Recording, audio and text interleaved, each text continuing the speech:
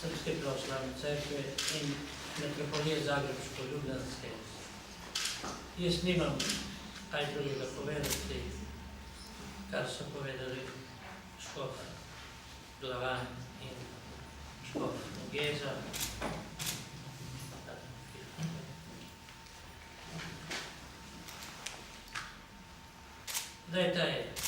Sigurno so zakoni diskriminatorski in se ne morejo opravljati brez predhodnega dogovora z verskimi skupnostmi in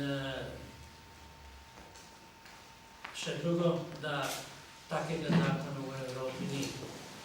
To je, mislim, smer in mi kot Srpska pravoslavna cerkev smo proti takega zakona. Hvala.